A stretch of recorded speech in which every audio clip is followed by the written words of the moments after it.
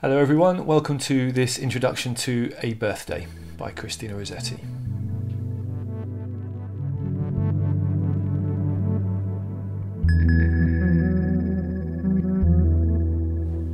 Rossetti wrote A Birthday in 1857, and it's one of those poems that comes up again and again in anthologies of poetry for special occasions. Anytime you need a poem for a birthday, pretty much guaranteed that this one will come up. It's a bit of a favourite. Let's have a read and then we'll have a closer look.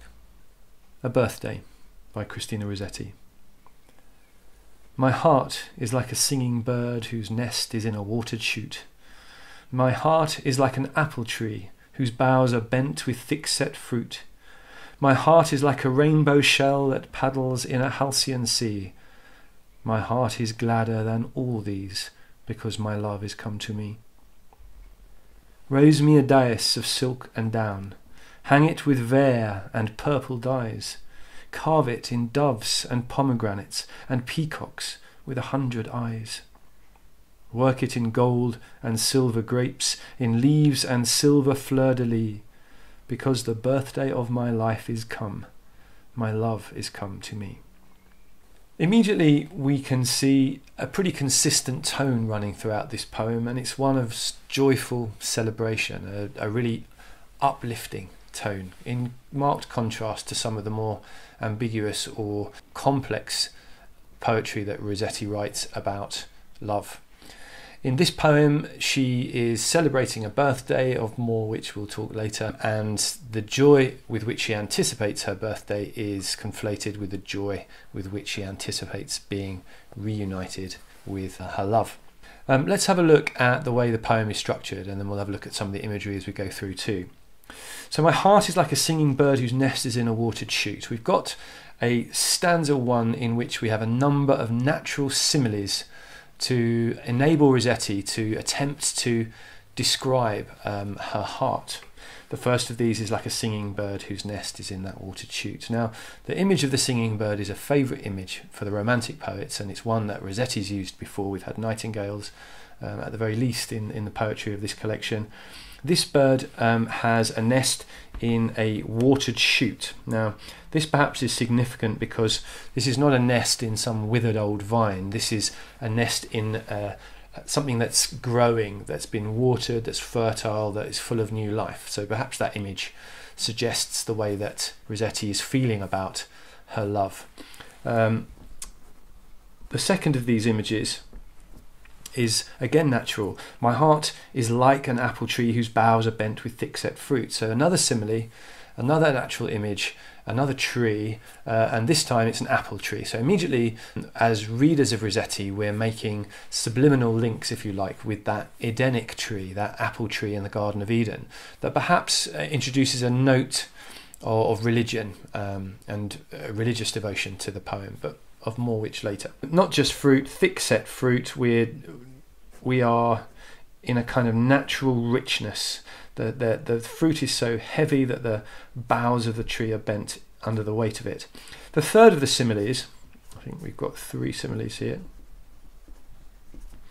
The third of the similes is to describe her heart as being like a rainbow shell. Now, the rainbow shell, unlike the apple tree, which would have been a pretty common sight in Rossetti's immediate life, quite a common tree in England, a rainbow shell is markedly different in that we don't tend to come across rainbow shells, certainly not in London, where Rossetti was writing this, and perhaps not even at the coasts of England. This is a much more tropical or exotic image, and it introduces some exotic imagery to come. This particular rainbow shell is paddling in a Halcyon Sea. Now, the fact that it's paddling is slightly odd. Shells don't do lots of paddling. Perhaps the sea is paddling itself around the shell, and that's how that is supposed to be read. But then we come to this idea of halcyon.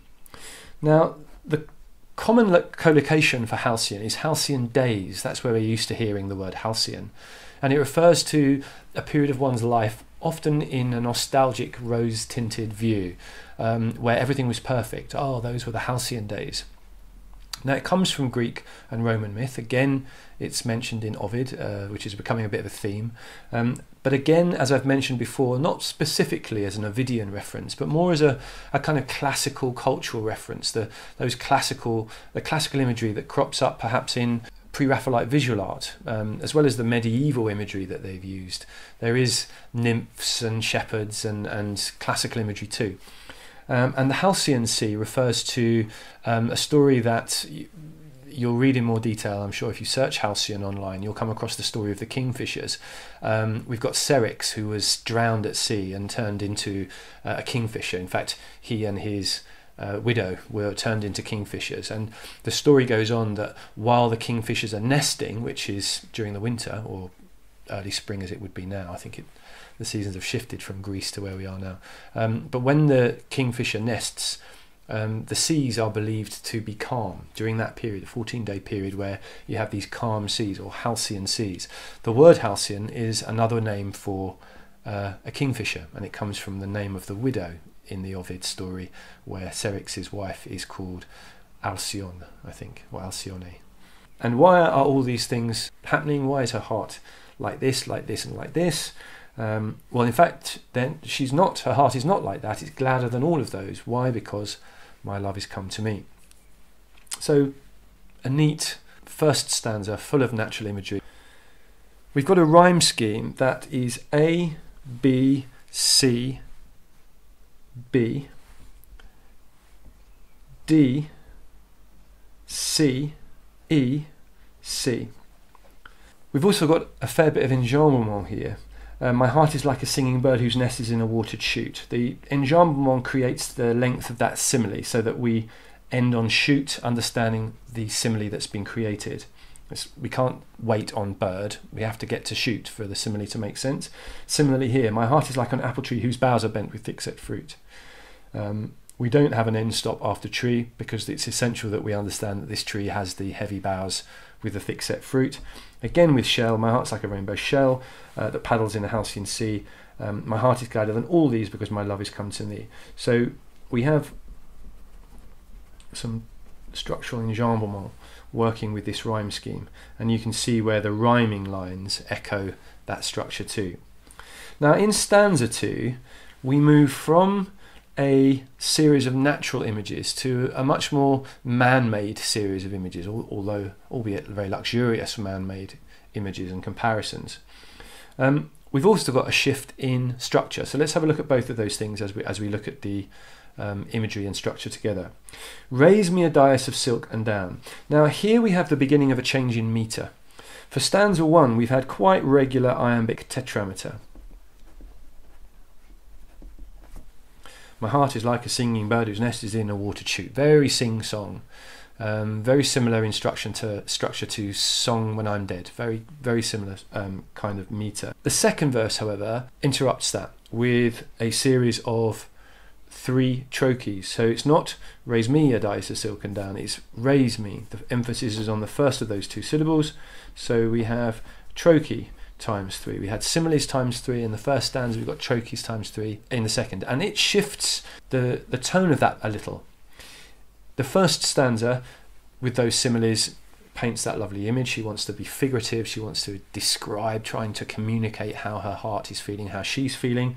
The second stanza is a list of instructions, and so that trochee, raise me, hang it, carve it, emphasize those instructions. This is how she wants that birthday to be celebrated, how she wants the reunion with her love to be celebrated. She wants a dais of silk and down. A dais here is like a raised altar, like in a temple you'd have a raised area at one end on which there would be an altar or a sort of stage, if you like a kind of raised platform. And on it, silk and down. So silk very luxurious, down very soft and sensual.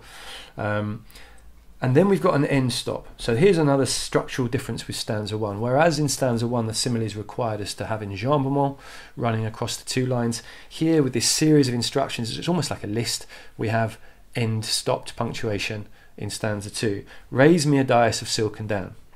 Hang it with fair and purple dyes. Do this, do this, do this. So we've got this raised platform, silk and down. It's already starting to feel quite nice. It's not quite right, not quite right. She's set dressing here. She wants vair, which is squirrel fur, specifically kind of red squirrel fur, kind of fur that to the Victorians and before may have been something that you trim a coat or a hat with. Purple dyes. Purple is obviously a very royal colour. So she wants purple, she wants fur, she wants silk, she wants down. She's like a kind of queen in this imagery in stanza 2. This is how she's feeling. Carve it with doves and pomegranates. Here's the second of a quite gentle kind of biblical reference. With the apple tree in stanza 1, we've got doves, the dove of peace, perhaps the dove of the Holy Spirit in stanza 2. And pomegranates, again a biblical symbol, in fact a symbol that crops up in lots of different traditions, not just Christian tradition. A symbol of fertility, a symbol of good fortune. Carve it in doves and pomegranates. And peacocks with 100 eyes. What, like freaky peacocks? Why have they got 100 eyes, you ask? Okay, well, peacocks themselves obviously are the kind of bird you might have walking around an emperor's courtroom. It adds to that sense of luxury and royalty. In another age, you might have a tiger on a chain, that sort of thing.